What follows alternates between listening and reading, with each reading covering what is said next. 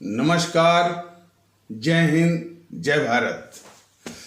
भारतीय अवाम ताकत दल अपने भारतीय भाई बहनों अर्थात अपने देश भारत की जनता अर्थात अपनी भारतीय अवाम से भारतीयता आधारित आपसी श्रद्धा, भारतीयता आधारित आपसी स्नेह, भारतीयता आधारित आपसी प्रेम, भारतीयता आधारित आपसी अखलाक मोहब्बत, भारतीयता आधारित आपसी सहयोग, भारतीयता आधारित आपसी सम्मान, भारतीयता आधारित आपसी भाईचारा, भारतीयता आधारित आपसी एकता, भारतीयता आधारित आपसी सद्भाव को समझने व इन्हें आत्मसात करके वैसा ही और उसी अनुसार आचरण एवं व्यवहार करने हेतु और इसके समस्त भारत में प्रचार प्रसार करने हेतु और इसकी अहमियत और महत्व को प्रत्येक देशवासी को समझाकर उसे अपनाते हुए वैसा ही और उसी अनुसार आचरण एवं व्यवहार करने हेतु और प्रत्येक देशवासी को अपना ही भारतीय भाई बहन मानकर, समझकर और अपनाकर उनके साथ वैसा ही और उसी अनुसार आचरण एवं व्यवहार करने हेतु सतत, सदैव और हमेशा अदब के साथ, आदर के साथ अर्ज करता है, विनती करता है। कुछ लोग ये सोचते होंगे कि जो भारतीय अवाम ताकत दल पूरे देश में भारतीयता के आधार पर एकता, भारतीयता के आधार पर आपसी एकता, आपसी भाईचारा, आपसी सद्भाव और एक साझी सोच, एक साझी समझ और आपसी विश्वास, आपसी भरोसा और साझी संस्कृति, साझी विरासत, साझी इतिहास और ये सब के लिए जो कहता रहता है, तो ये छोटी सी बात है, इसी को क्या बार बार वो बोलता रहता है, वो बेरस हो जाता है। देखिए,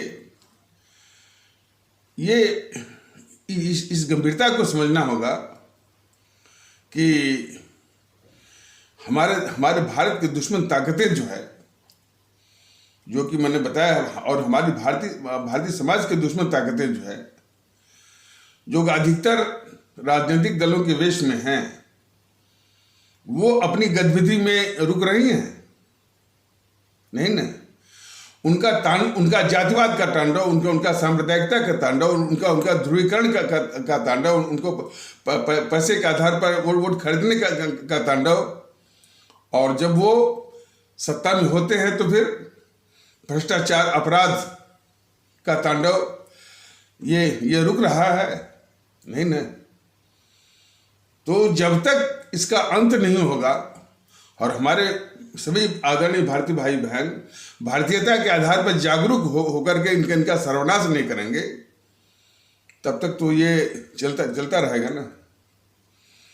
और औसतन जो वीडियो जारी होता है, वह इन देश विरोधी ताकतों के चरित्र को दिखाने के लिए और इनके जो उनसे अधिक कष्ट जो है, इनके जो सिपह सालार हैं, सिपह सालार जो मीडिया के लोग हैं, जो पत्रकार हैं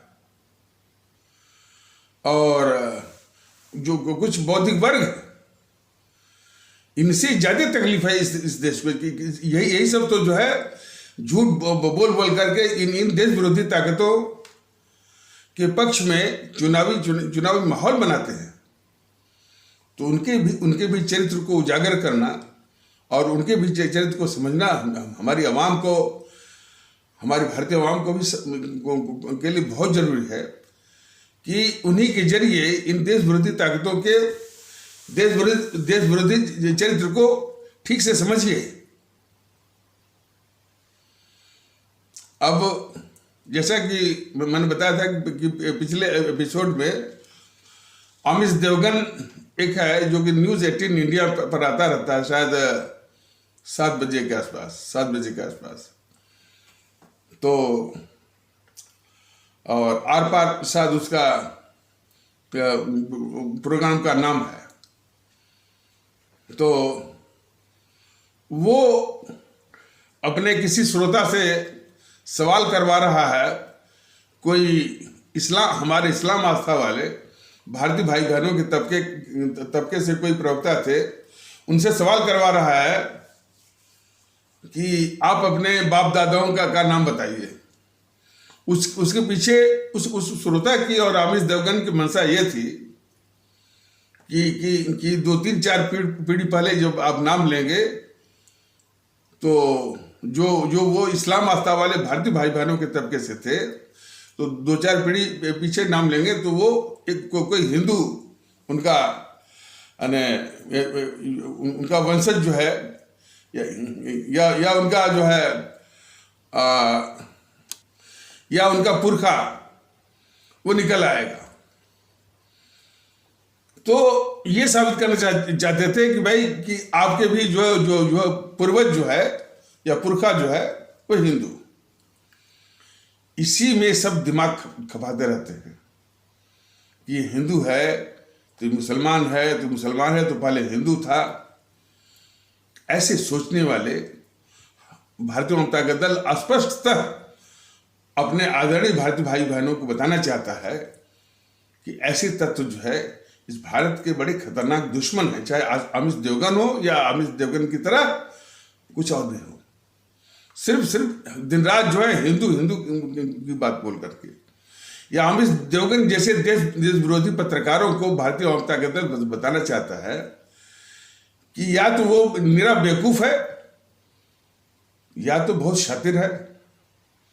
उसको मालूम नहीं कि ये हमारा देश जो है ये हिंदू सनातन पर आधारित देश नहीं है।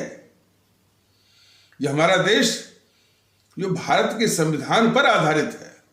जितनी भी संस्थाएं हैं और जितने भी संवैधानिक हस्तियां हैं और जितने भी कर्मचारी हैं और जितने भी लोग हैं वो भारत के संविधान की शपथ लेते हैं। वह कोई यानी हिंदू सनातन की यानी कोई किसी ग्रंथ की वो शपथ नहीं वो लेते हैं। वो शपथ लेते हैं सिर्फ भारत के संविधान की। और यही बात जो है हमारे इस्लाम आस्था वाले भारतीय भाई बहनों के तबके पर भी उतना ही और उसी तरह से लागू होती है। और यही बात जो है अन्य जो पंथ के जो हमारे अनुयायी भारतीय भाई बहन हैं उन पर भी लागू होती है। तो ये जो बार बार बताया जा रहा है कि आपकी पहचान हमारे इस संवैधानिक इकाई भारतवर्ष में पहचान सिर्फ है आप भारतीय नागरिक हैं। और भारतीयता के आधार जो भारतीयता का जो मंच है, प्लेटफॉर्म है, उसी पर जो है एकता लानी है। वरना तो आप जो है हिंदू मुस्लिम आप कहते रहिए, बांटते रहिए। एक वीडियो देखा गया, एक राजीव रंजन करके है न्यूज़ 24 का, वो बार बार मुसलमान कह रहा है। ऐसे राजीव रंजन जैसे मैंने कहा ना कि आमिश देवगन अकेला नहीं है। राजीव रंजन भी इस देश का, हमारे भारतीय समाज का बहुत खतरनाक दुश्मन है। दुश्मन इस लिहाज से है कि वो जानता है कि भाई ये देश हमारा भारत के संविधान से संचालित है, उसके द्वारा नियंत्रित है और उसके द्वारा आदेशित है और निर्देशित है। सारी संवैधानिक हस्तियां जो हैं वो संविधान की शपथ लेते हैं, चाहे राष्ट्रपति से लेकर के प्रधानमंत्री से लेकर के मंत्री से लेकर मुख्यमंत्री से लेकर के जो उच्च न्यायपालिका आपकी है, जो सुप्रीम कोर्ट और हाई कोर्ट के जजेज और कोई भी जो है भारत के संविधान की शपथ लेते हैं। वह कोई गीता रामायण या कुरान या बाइबल की शपथ नहीं वो लेते हैं, भारत के संविधान की शपथ लेते हैं। तो और वो भारत का संविधान कहता है कि हमारे देश के लोग न तो हिंदू हैं, न तो मुस्लिम हैं, न तो ईसाई हैं, वो सिर्फ इस देश के भारतीय नागरिक हैं। इतनी छोटी और मोटी बात जो है वो जानते हुए भी बार बार वो निकल रहा है राजीव रंजन, बार बार उन लोग का कहता है मुसलमान मुसलमान मुसलमान। और जितने भी मैंने शायद वो जमा मस्जिद में टहल रहा था, हमारे जितने भी इस्लाम आस्था वाले भारतीय भाई बहन हैं, ये उस जाल से निकले जो अपने को मुसलमान कहते हैं इस देश में। बहुत ही शर्म की बात। यदि आप जो है जो माने जो बिखराव से को आप झेल रहे हैं, तो उसका मूल कारण है कि आप अपने को मुसलमान कहते हैं। भारतीयता के माहौल में आइए, अपने को भारतीय समझिए और अपने को भारतीय नागरिक समझिए, और इसके अलावा कुछ भी न समझिए। आप में जो इस्लाम आस्था वाले भारतीय भाई बहन, चाहे जामा मस्जिद को चाहे कहीं भी हो, आप अपनों के सिर्फ भारतीय और भारतीय नागरिक समझिए। वैसे भी आप इस देश में आप वो मुसलमान, आपकी पहचान जो है वो मुसलमान से नहीं है, आपकी संवैधानिक पहचान है। तो आगे आइए ना। ये समाज विरोधी ताकतें जो है आपको वो कभी नहीं बताएंगे कि आप इस देश के भारतीय नागरिक हैं, और भारतीय नागरिक तरह ही आपको सोचना होगा और आपस में व्यवहार करना होगा। और राष्ट्रीय ऐसे मौके पर जैसे इलेक्शन वगैरह में उसमें भी आपको उसी तरह से फैसले लेने होंगे, एक भारतीय नागरिक की तरह, मुसलमान की तरह नहीं। मुसलमान की तरह आप सोचेंगे, वो हिंदू की तरह सोचेगा, तभी तो इस देश में बिखराव कभी भी खत्म नहीं होगा। और इस बिखराव को खत्म करना, बिखराव को खत्म करके ही आपस में भाईचारा ला करके ही जो है दूसरी आज़ादी, वास्तविक आज़ादी, मानसिक गुलामी से आज़ादी जो है लानी है।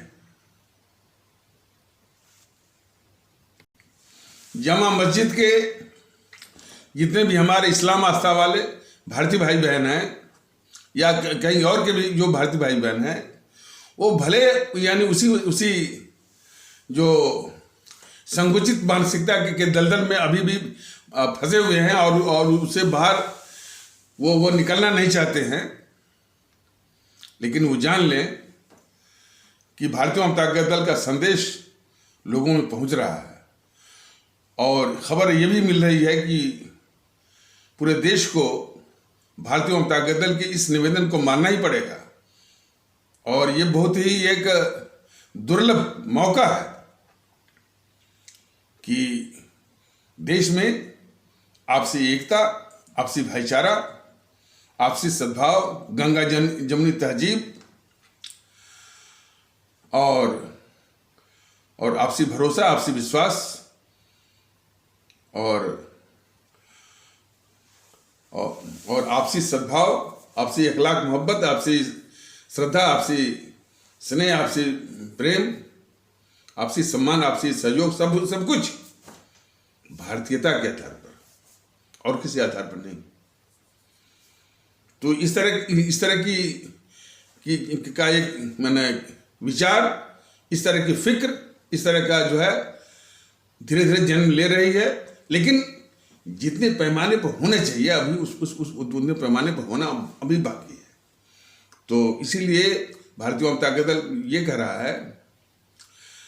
अच्छा, इसकी व्यूअरशिप को लेकर के भी मैंने जो भारत विरोधी ताकतें हैं, देश विरोधी ताकतें वो सवाल उठाती हैं।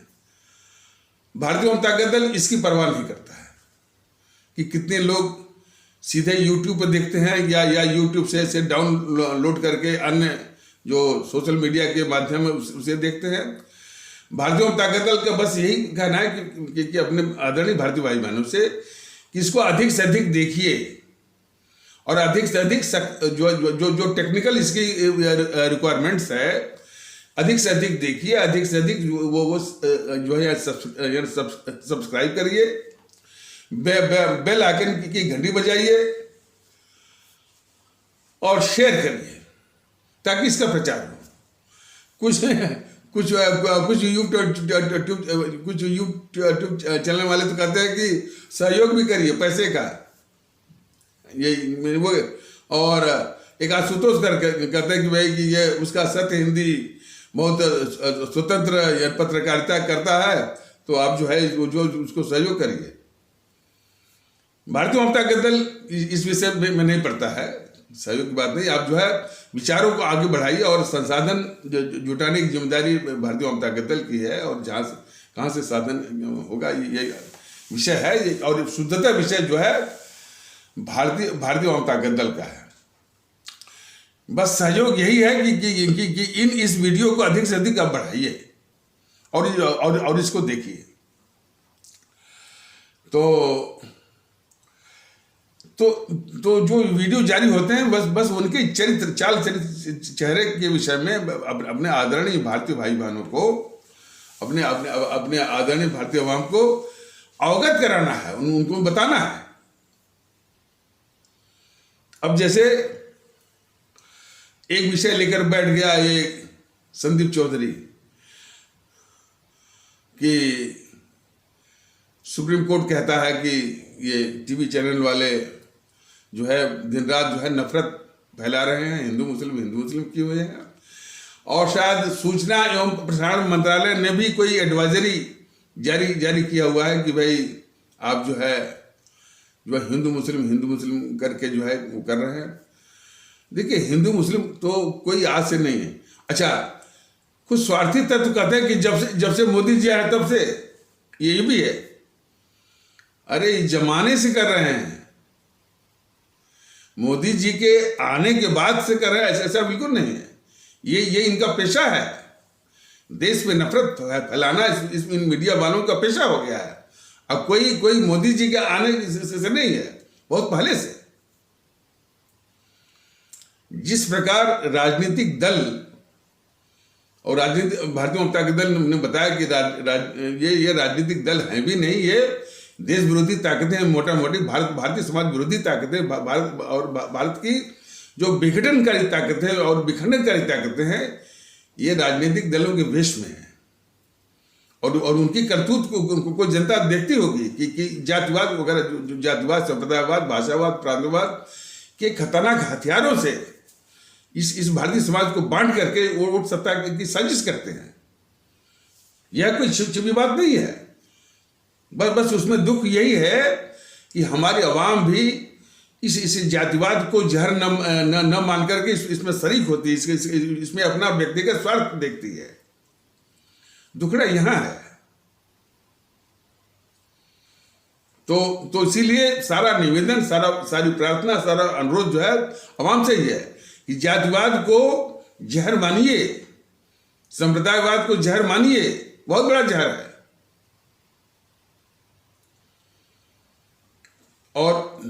और जिस वक्त हमारी आवाम यानी इन सारे जातिवाद को, संप्रदायवाद को, भाषावाद, प्रांतवाद को जहर मानना शुरू कर देगी, और तो इसका इलाज भी हो जाएगा। अब समस्या तो है कि अभी हमारी आवाम इसको जहर नहीं मान रही है।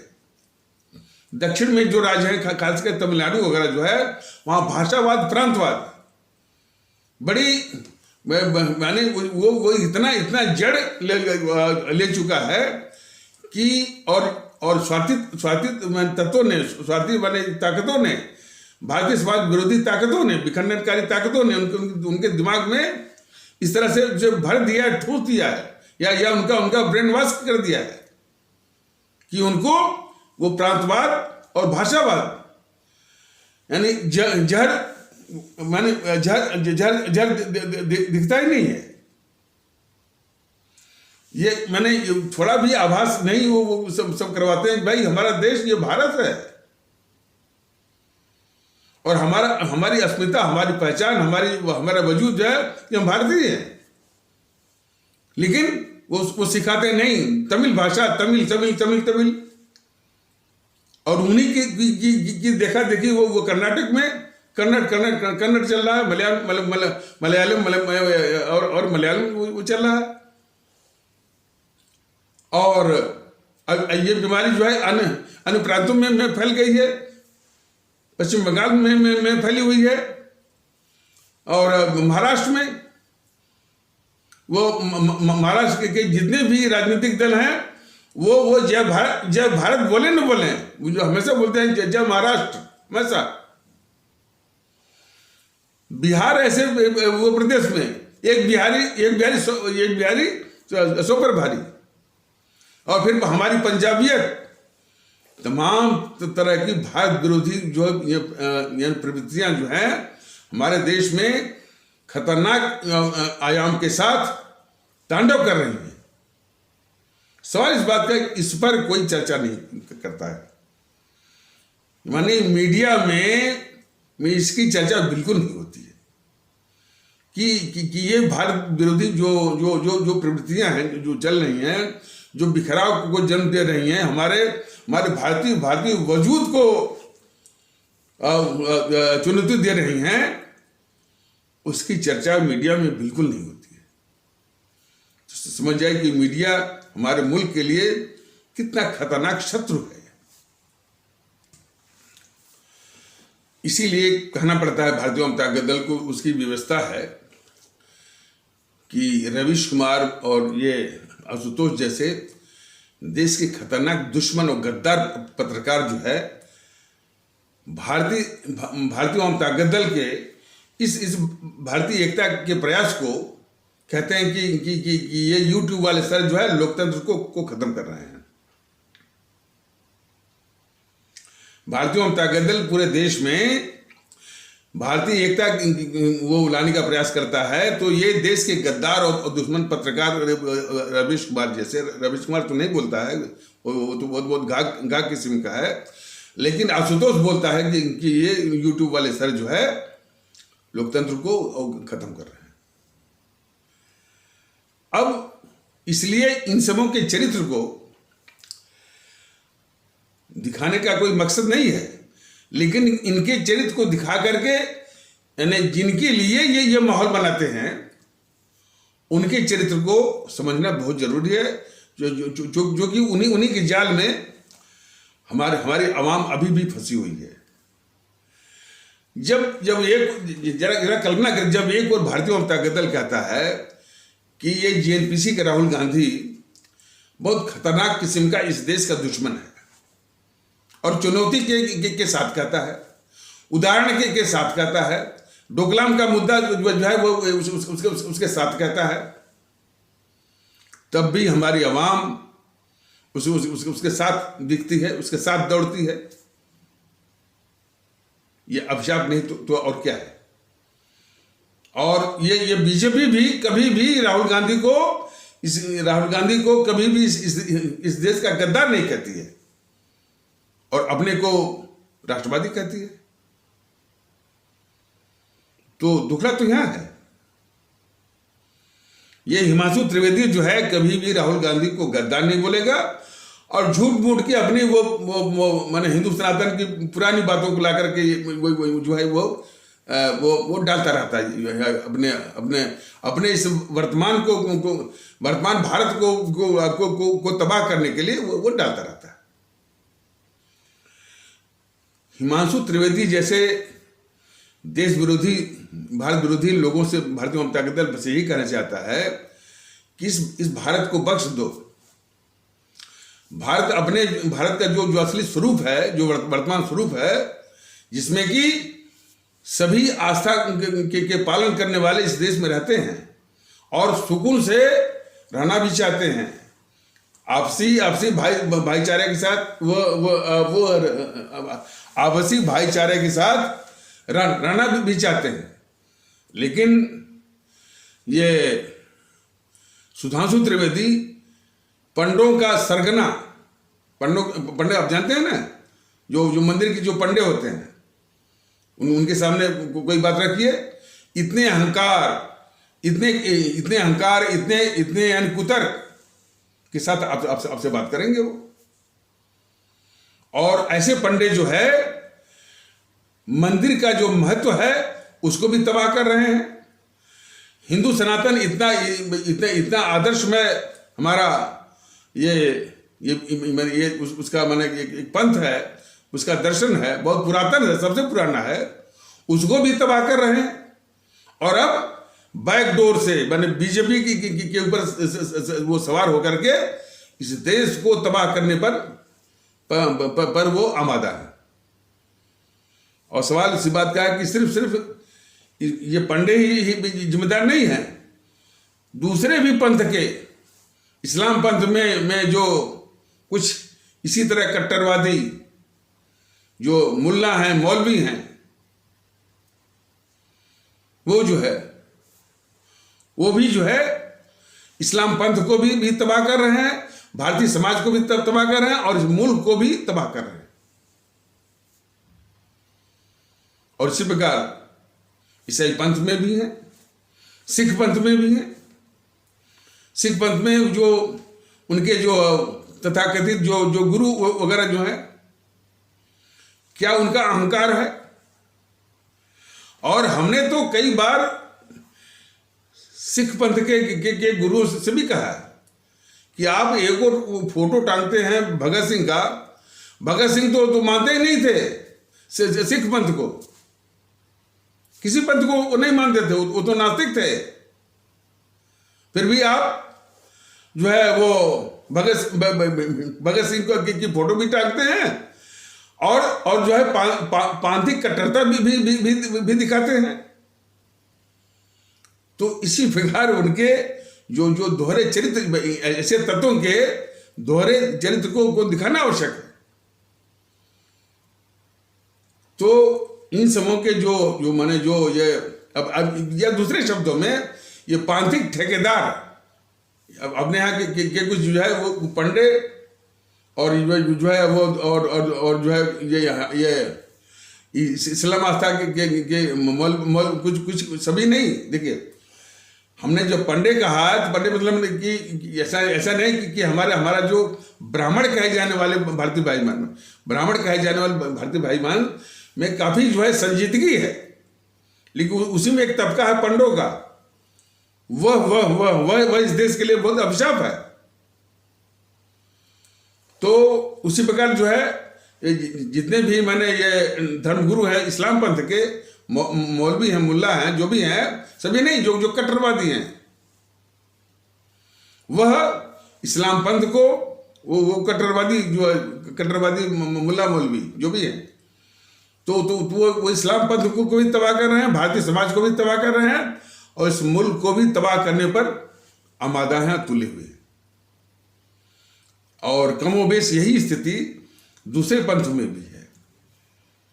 और उनके जो यही जो है उनके जो अनुयायी हैं, उनसे मतलब कि हमारे सभी भारतीय भाई बहनों का और खास करके उस पंथ के मानने वाले जो भारतीय भाई बहनों से अनुरोध है कि उनके भ्रमजाल से, उनके माया जाल से जितने उनके अनुयायी हैं वो बाहर निकालें उनको, और उनकी इस तरह की साजिश को नाकाम करें। तो वो संदीप चौधरी लेके बैठा था विषय कि सुप्रीम कोर्ट ने भी कहा है और सूचना प्रसारण मंत्रालय ने भी एक एडवाइजरी जारी किया है कि ये मैंने जो इलेक्ट्रॉनिक मीडिया, टीवी चैनल है, ये मीडिया जो है हिंदू मुस्लिम का नफरत जो फैला रहा है और इसको न किया जाए। तो वो कह रहा है कि हम अपने भी गिरबान में झांक रहे हैं और कई पत्रकारों को वो बिठाया था। उसमें एक आशुतोष भी था। आशुतोष बोल बैठा कि आजकल के पत्रकार जो है वो दलाल हो गए हैं, सत्ता के दलाल होंगे, सत्ता के दलाल। आशुतोष को देख करके संक्षेप में यही कहा जा सकता है, समझिए इस बात को हमारे भारतीय भाई बहन, कि एक हमारे शायर थे, हालांकि वो फिल्मी दुनिया में जो है वो गीतकार भी बन गए थे, लेकिन वो शायर थे, माने मानसिकता से, एटीट्यूड से वो शायर थे। उनका नाम था साहिर लुधियानवी साहब। तो उनका लिखा हुआ ये गीत है फिल्म इज्जत का कि क्या मिलिए ऐसे लोगों से जिनकी फितरत छुपी रहे, नकली चेहरा सामने आए, असली सूरत छिपी रहे।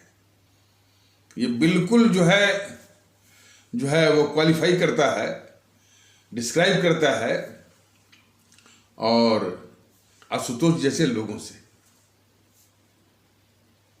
क्या मिलिए ऐसे लोगों से जिनकी फितरत छुपी रहे, नकली चेहरा सामने आए, असली सूरत छिपी रहे। और शायर साहब आगे लिखते हैं कि जिनके जुर्म से दुखी है जनता, जिनके जुर्म से दुखी है जनता, हर बस्ती हर गांव में दया धर्म की बात करें वो बैठी सजी सभाओं में। ये गद्दार आशुतोष जो है उसे इस देश की सबसे बड़ी गद्दार जीएनपीसी की गोद में बैठ करके, कौन जीएनपीसी? जिसने इस देश को बांटा, 25 से 30 लाख लोगों को मरवाया, 3 करोड़ से ऊपर लोगों के घर उजाड़े, उस जीएनपीसी की गोद में बैठ करके आज दूसरों को ये दलाल बोल रहा है। जिसके नेहरू ने इस देश को तबाह किया, इस देश की वो लद्दाख की जमीन दे दिया दुश्मन चीन को। तिब्बत मिलना चाह रहा था भारत में, उस तिब्बत को थमा दिया चीन के हवाले। और चीन की कम्युनिस्ट पार्टी ने 80 लाख तिब्बतियों का नरसंहार करके वो चीन पर कब्जा किया। और जब चीन की कम्युनिस्ट पार्टी की जो सेना है और तिब्बतियों पर जो है तिब्बतियों पर 80 लाख तिब्बतियों का वो नरसंहार कर रही थी, जो उसने किया, चीनी सेना की सहायता के लिए ये गद्दार जवाहरलाल नेहरू उनके लिए चावल भेजा। वीटो पावर वाली जो है संयुक्त राष्ट्र की जो सुरक्षा परिषद की वीटो पावर वाली सुरक्षा परिषद की सीट जो भारत को मिली हुई थी, उसको ये गद्दार जवाहरलाल नेहरू दुश्मन चीन को दिया। अपनी सेना के लिए एक सुई तक नहीं बनने दिया। सन 62 की लड़ाई में वायु सेना को, एयरफोर्स को आदेश ही नहीं दिया रक्षा के लिए।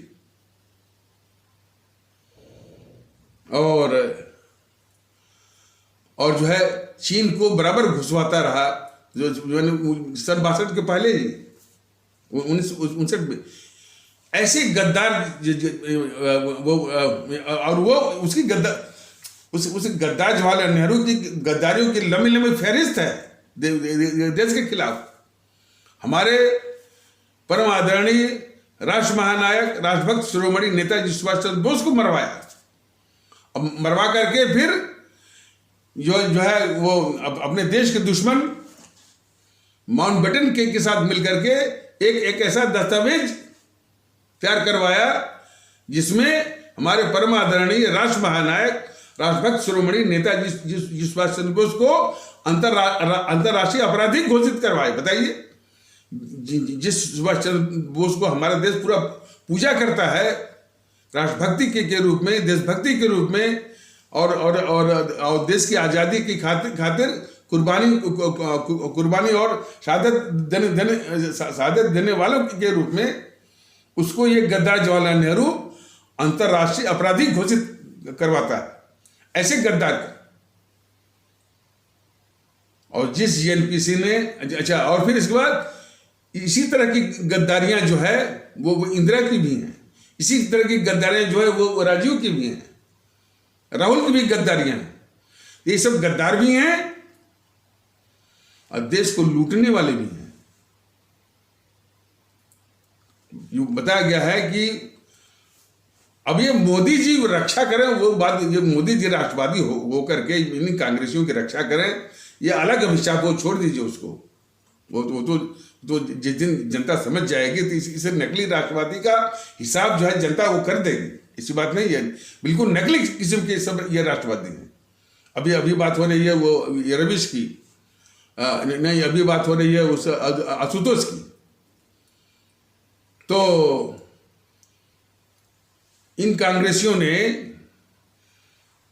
यानी $16 ट्रिलियन की लूट मचाई है।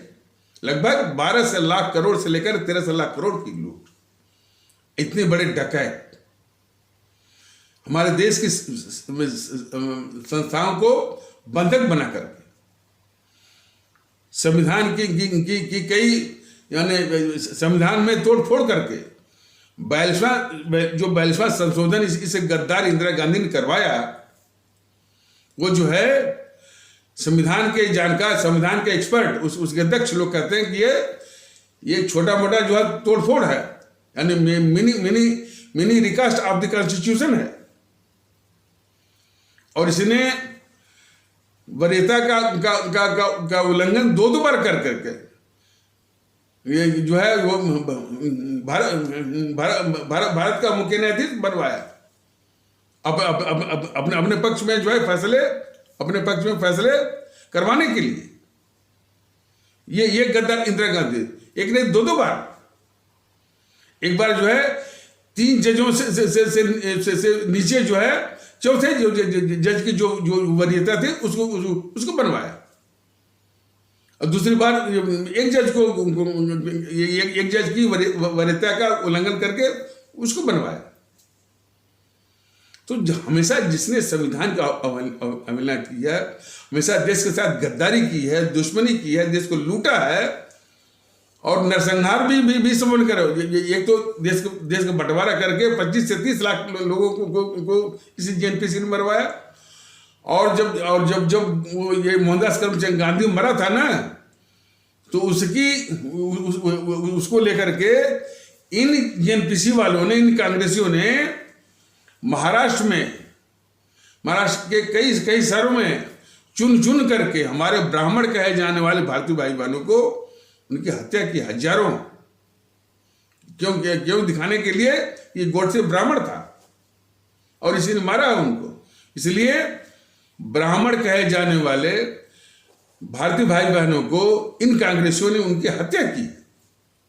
और जब इंदिरा मरी तो इंदिरा को लेकर के इन्हीं जेएनपीसी वालों ने हमारे 6000 सिख आस्था वाले भारतीय भाई बहनों की हत्या की। इन समय के जमाने में करीब 1000 के आसपास जो है वो सांप्रदायिक दंगे हुए। किसी की भी जांच जो है इन सबों ने नहीं करवाई, इन जेएनपीसी वालों ने, इसलिए कि वो बेनकाब ना हो जाए। उन्हें यही तो करवाते थे। तो इतने दंगे करवाने वाले, देश को बांटने वाले, इतनी हत्याएं जो करवाने वाले, देश को लूटने वाले और देश की संस्थाओं को बंधक बनाने वाले, इतने बड़े अभिशाप की गोद में बैठ करके ये आशुतोष जो है दूसरों को दलाल बोल रहा है। हाँ, वो सुनने वाले जरूर सुन लेंगे। वहीं पर वो प्रदीप सिंह बैठा था, उसी में प्रदीप सिंह बैठा था, वो चुप था, वो बोल नहीं रहा। प्रदीप सिंह भी इसी बीजेपी के इशारे पर, बीजेपी का इशारा है कि भाई तुम जेएनपीसी को बेनकाब मत करना, क्योंकि बीजेपी का भी एक रणनीति है कि एक सीमा तक ही एक सीमा तक ही इसे जेएनपीसी का प्रतीकात्मक विरोध करना है, बेनकाब नहीं करना है। ये गद्दारी है बीजेपी की। और बीजेपी के साथ साथ बीजेपी के जितने भी सिपा सालार जो है वो प्रदीप सिंह जैसे लोगों की। भारतीय जनता दल जल्द ही उसे बहुत पहले सिखा रहा था, लेकिन अब है, जल्द ही आप लोगों के बीच में आएगा, संगठन भी बनाएगा और संगठन के जो पदाधिकारी और जो कार्यकर्ताओं के साथ आपके बीच में आएगा। और यही संदेश जो है 1-to-1 मैंने आमने सामने से समझाएगा, निवेदन करेगा, सब कुछ करेगा। और उसको पूरा विश्वास है कि हम हमारे सभी आदरणीय भारतीय भाई बहन, हमारे सभी आदरणीय भारतीय अवाम जो है इसके महत्व को समझेंगे और देश के दुश्मनों को अच्छी तरह से पहचानेंगे और उनके खात्मे के लिए, इन राजनीतिक दलों के खात्मे के लिए या उनको जड़ से समाप्त करने के लिए। जब जड़ की बात कही जाती है तो जिस प्रकार हमारे बहुत बड़े दार्शनिक और बहुत बड़े देशभक्त हमारे चाणक्य जी, जिनके 3 नाम हैं, चाणक्य और विष्णुगुप्त और कौटिल्य, 3 नाम हैं उनके। तो उन्होंने कुश को जब जड़ से समाप्त करना था तो उसकी जड़ में वो मट्ठा डाले थे। तो इस प्रकार ये जितने भी बीजेपी वाले हैं, जितने भी ये एनपीसी वाले हैं, कम्युनिस्ट वाले, जो है इनको जड़ से समाप्त करना है, तभी इस देश को सुकून आएगा। देखिए ना, यदि ये मोदी महोदय अपनी जनता के प्रति वफादार होते और जो वो कहते हैं कि सबका साथ सबका विश्वास, इन बातों के प्रति वो ईमानदार होते, यदि मोदी महोदय यदि जनता के प्रति वफादार होते और जो वो कहते हैं मुंह से कि सबका साथ सबका विश्वास, इन वचनों के प्रति ईमानदार होते, तो निश्चित रूप से वो उपाय करते जिससे हमारी आवाम को सुकून मिलता। कर क्या रहे हैं? देश की दुश्मन जो है ये एनपीसी, इसको पाल रहे हैं, इसको पोस रहे हैं, इसके गद्दारी के पापों को ढक रहे हैं। यही नहीं, पूरे बीजेपी वाले ढक रहे हैं और इनके आगे घुटने टेक रहे हैं।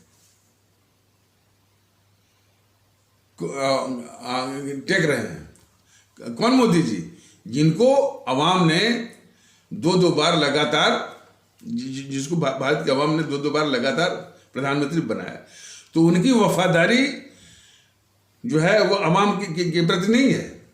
उनकी वफादारी जो है देश के दुश्मनों के प्रति है। और ये उनके मन की बात बोलते हैं ना, मन की बात जो है वो संसद में उनकी वाणी के जरिए निकल चुकी है। जब इन्हीं जेएनपीसी वालों ने, इन्हीं कम्युनिस्टों ने, इन्हीं देश विरोधी ताकतों ने, इन्हीं आतंकवादी संगठनों ने किसान आंदोलन के नाम पर हमारे देश को शर्मसार किया, वो भी राष्ट्रीय दिवस 26 जनवरी के दिन 4 से 5 से हमारे दिल्ली पुलिस के जवान घायल हो गए। और जो है वही आतंकवादी संगठन, मतलब आतंकवादी संगठन हमारे दिल्ली पुलिस के होते हुए भी, और वो लाल किला में खुद एक जो है सेना की टुकड़ी भी रहती है, एक जो है वो उसका जो है कंटोनमेंट भी है। उसके रहते हुए भी ये मोदी महोदय जो है आतंकवादियों को पूरा मौका दिए लाल किले पर चढ़ करके। और ये चढ़ने में कम से कम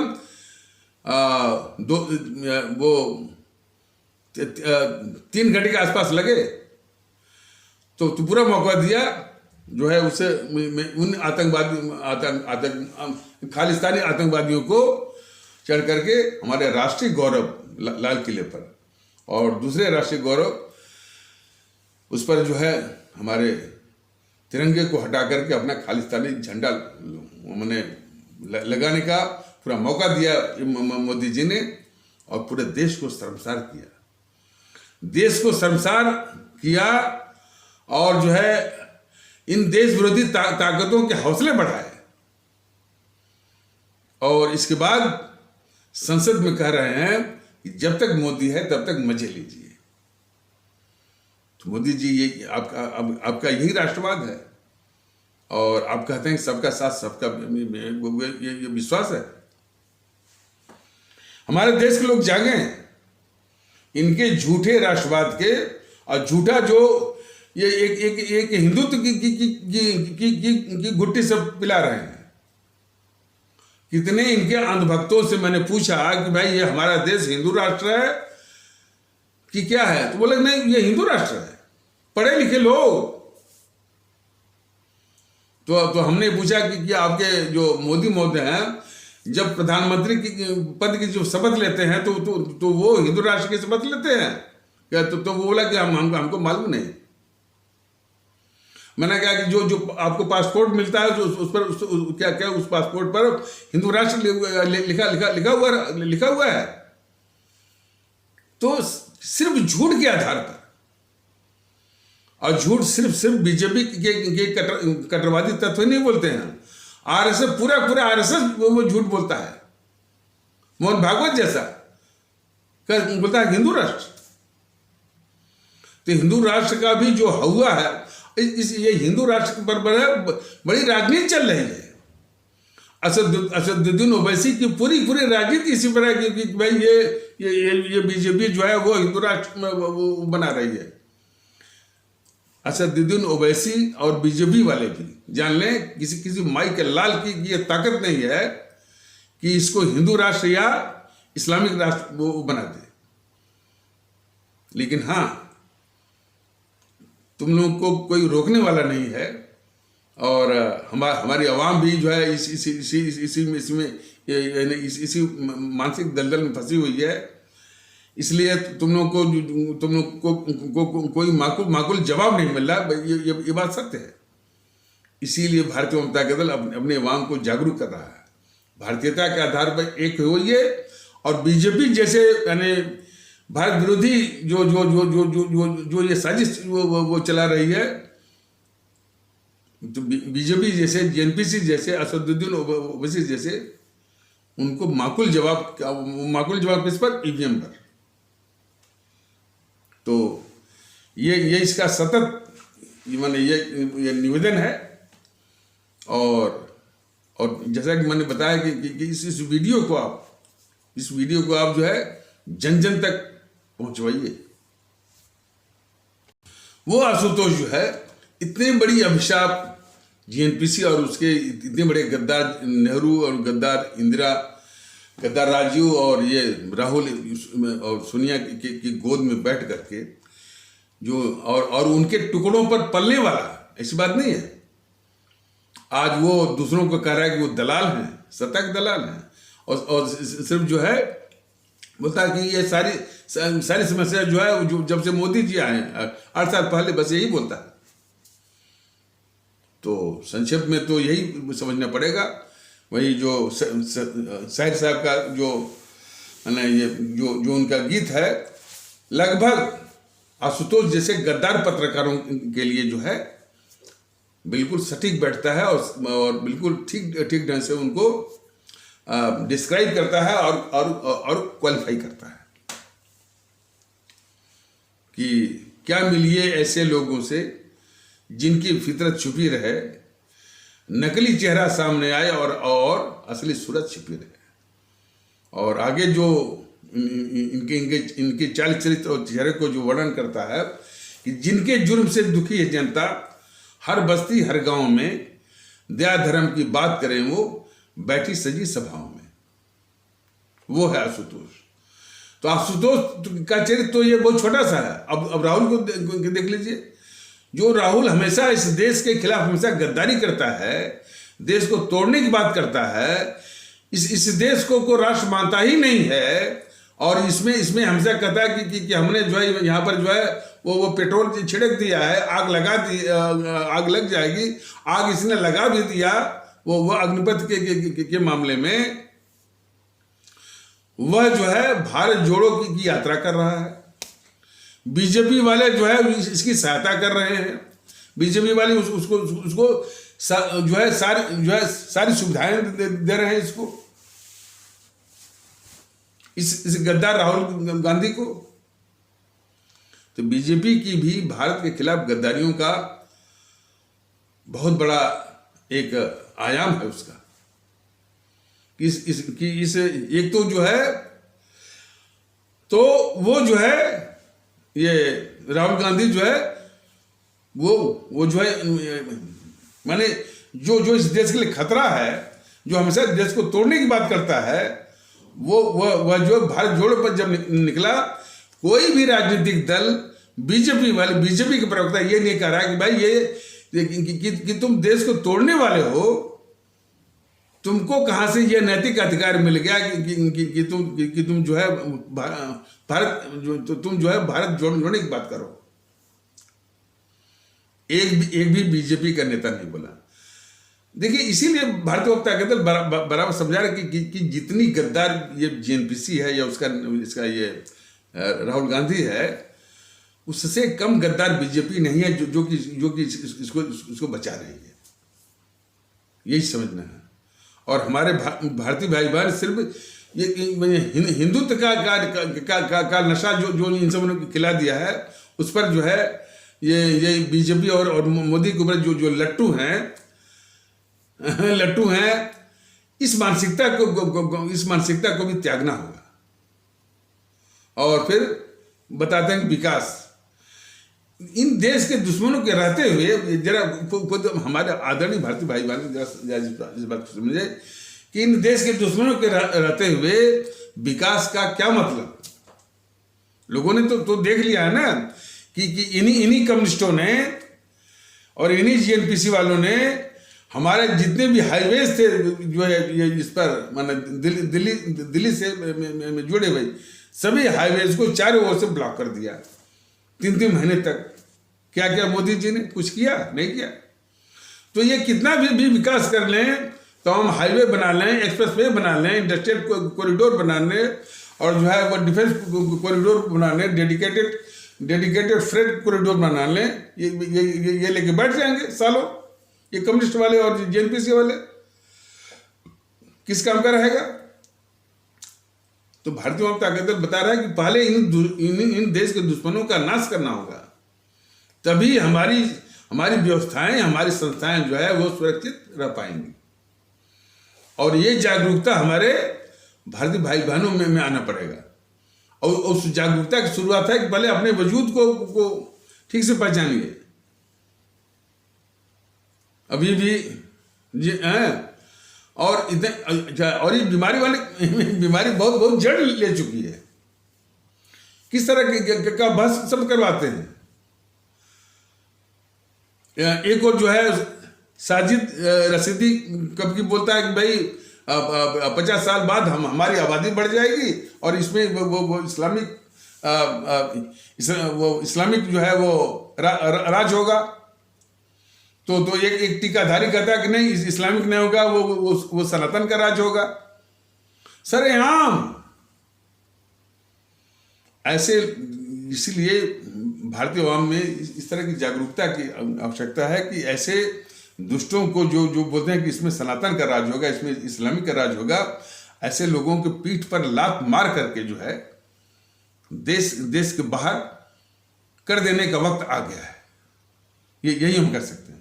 जो बोलते हैं कि ये सनातन का राज है, ये और इसमें इस्लामिक का राज हो जाएगा, या शरिया से चलेगा, या कुरान से चलेगा, या गीता रामायण से चलेगा, हैं? ऐसे तत्वों को पीठ पर लात मार करके भारत को बाहर कर देने का समय है। उनको सिखाना कि यह देश भारत के संविधान से ही चलेगा बस, और किसी पंथ को कोई भी खतरा नहीं है, उसका पालन करिए, लेकिन जो उसकी हद बनी हुई है व्यक्तिगत रूप से, सार्वजनिक जीवन में नहीं।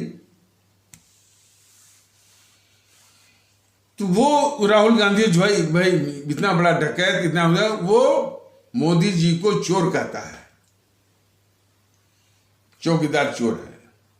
और बीजेपी वाले उसको बड़े खुशी उसको स्वीकारते हैं, या उसके आगे भीगी बिल्ली बनते हैं। मोदी जी प्रधानमंत्री होते हुए और वो चोर भी नहीं, हम नहीं कहते वो चोर है या उन्होंने कोई भ्रष्टाचार किया है, लेकिन इतने बड़े चोर डकैत के आगे जो है जो भीगी बिल्ली क्यों बन रहे हैं? असल सवाल ये है, न तो आपने जवाब दिया, न तो आपके जितने सुबह सालार आपके प्रवक्ता थे वो कहे कि भाई इनका कोई भी नेता प्रवक्ता ये नहीं कहा कि अरे राहुल डकैत तो तुम हो, चोर तो तुम हो, तुमको कहां से नैतिक अधिकार मिल गया कि दूसरे को तुम चोर कर रहे हो और चौकीदार चोर कर रहे हो? तो ये नैतिक शासन नहीं है बीजेपी वालों में। अब ये हमने तो इसको नैतिक साहस के रूप में देखा, लेकिन ये इनकी साजिश है। नैतिक साहस का साजिश है कि ये राहुल या कोई भी जेएनपीसी का गद्दार के रूप में न दिखे देश में। तो ये जो साजिश है बीजेपी वालों की, और ये मैं यही नहीं कर रहा हूं, मैंने कई जो है इस तरह की चर्चा मैंने हिंदू सनातन आस्था वाले भारतीय भाई बहनों के बीच में मैंने की है कि जरा बताइए, कि आप लोग बताइए कि ये मोदी महोदय बीजेपी वाले जो है राहुल जैसे गद्दार को जो है कहते हैं कि ये 52 वर्ष का अबोध बालक है, बच्चा है, और इसको ज्ञान ही नहीं है, इसको तमीज नहीं है कि आटा जो है वो लीटर में तौला जाएगा कि किलोग्राम में तौला जाएगा, और जो है इसको राजनीतिक समझ नहीं है, ये पप्पू है। और पप्पू बोल करके उसकी गद्दारी के पापों को छिपाने की एक साजिश है बीजेपी वालों की। तो जब मैं कई जो है हिंदू सनातन आस्था वाले भारतीय भाई बहनों के बीच में जब बात रखता हूं, तो भी इस बात को मानते हैं, इस बात नहीं। लेकिन वही मैंने कहा, इस बात को बार बार वो जो समझाने की आवश्यकता है, यानी ब्रेन स्टॉर्मिंग की आवश्यकता है। तो वो हमारे हिंदू सनातन आस्था वाले भारतीय भाई बहन इस बात को तस्दीक करते हैं कि भाई ये बीजेपी की बिल्कुल गद्दारी है। और कुछ जो है मोदी अंधभक्त वो तो यहां तक कहते हैं कि हाँ भाई बीजेपी या मोदी जी देशद्रोही है, और मैं उनका भक्त भी, मैं भी देशद्रोही हूं। तो ऐसी बात नहीं है कि जो भारतीय जनता दल ये बात मुद्दा उठा रहा है, देश को तकलीफ जो है इसी बात से। और सब एक अलग नैरेटिव, अलग इकोसिस्टम, अलग माहौल जो है वो बिल्कुल मथे, उस माहौल में पूरे देश को मथे हुए हैं। इनकी नजरों में जो है वो अखिलेश का या समाजवादियों का जो जातिवाद का तांडव है, वो जो है जातिवाद इनकी नजरों में जहर नहीं लगता है। नीतीश कुमार छाती तान के बोलता है कि जातिवाद तो एक हकीकत है। अब वो प्रधानमंत्री बने चला है। अभिशाप ये है।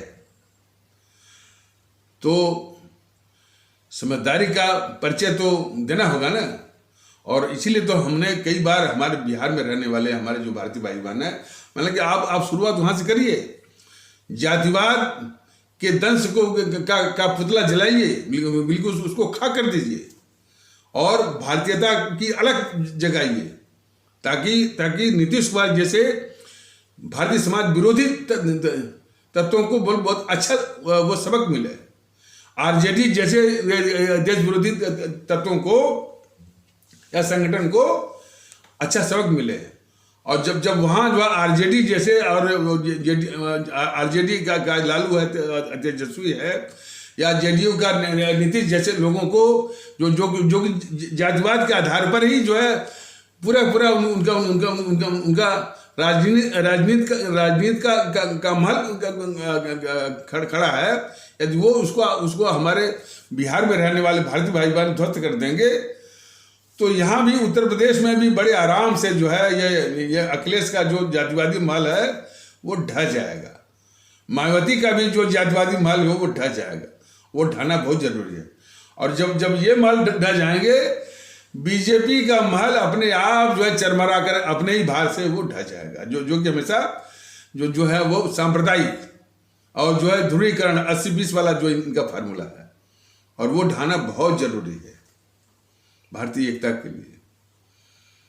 तो जितना भारतीय एकता जरूरी है, उतना ये जो भारतीय एकता के शत्रु हैं उनका नाश भी बहुत जरूरी है।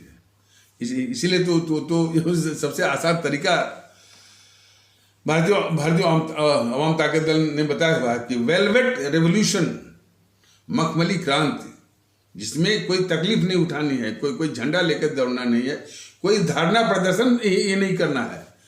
सारी ताकत मन की है कि इन देश विरोधी ताकतों को इस ईवीएम मशीन पर उनको निपटाना है। जो बीत गया सो बीत गया। अब कम से कम 2024 के लिए जो है इन सारी ताकतों को बिल्कुल निपटाना है, मन में ठानी है। और जो मखमली जो क्रांति है, वेलवेट रेवोल्यूशन के जरिए, और हमारे परम आदरणीय राष्ट्र महानायक, राष्ट्रभक्त शिरोमणि नेताजी सुभाष चंद्र बोस को याद करिए। शहीद आजम भगत सिंह ने पहचान की है कि ये काले अंग्रेज हैं, और उन शहीद आजम भगत सिंह को ये देश के गद्दार जेएनपीसी वाले जो है वो आतंकवादी कहते हैं। आतंकवादी जो है वह लिखवाए हुए हैं। खैर कोई बात नहीं है, जो देश का गद्दारी है तो वो इन हमारे क्रांतिकारियों को आतंकवादी नहीं कहेगा तो क्या कहेगा। और ये सिर्फ भगत सिंह को ही नहीं, हमारे जो दूसरे बने और भी जो हमारे क्रांतिकारी रहे हैं, उधम सिंह को भी और मदन लाल धिंगरा को भी, और लोगों को कार बोले हैं सब। अरे नेहरू ने तो हमारे सुभाष चंद्र बोस को मरवा ही दिया, और हमेशा जो है ये अंग्रेजों से चिपके भी रहे। ये सारी जानकारी जो है हमारे सभी भारतीय भाई बहनों को होना चाहिए कि देश के दुश्मन ही जो है, भारत के दुश्मन इस पूरे वातावरण में छाए हुए हैं। लेकिन वो जो छाए हुए हैं वह हमारी आपकी मानसिकता के आधार पर, कौन सी मानसिकता, कि जो हम जातिवाद को इस देश का जहर नहीं मानते हैं, संप्रदायवाद को इस देश का जहर नहीं मानते हैं। मानना पड़ेगा। ये यदि इस मुल्क से मोहब्बत है, अपनी आवाम से मोहब्बत है, तो जातिवाद, संप्रदायवाद, भाषावाद, प्रांतवाद को जहर मानना पड़ेगा। तो इन्हीं आवश्यक शब्दों के साथ इस आवश्यक परिचर्चा को यहीं पर विराम दिया जाता है। तब तक के लिए नमस्कार, जय हिंद, जय भारत।